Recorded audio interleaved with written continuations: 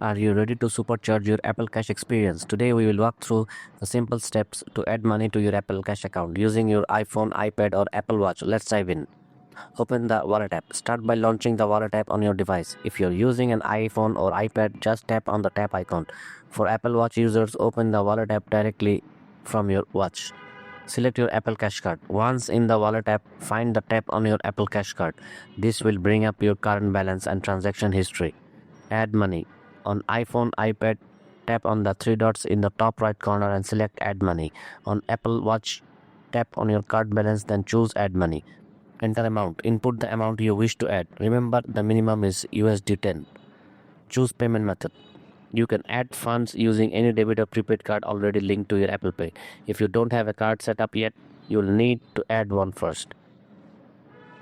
Authenticate your transaction. Confirm your transaction using Face ID, Touch ID or your passcode. For Face ID users, double-click the side button and look at your device to approve. Confirmation. Once authenticated, you'll see a confirmation that the funds have been added to your Apple Cash balance. And there you have it. With just few taps, you can easily add funds to your Apple Cash account and enjoy seamless transactions for purchase or sending money to friends and family. Thanks for watching.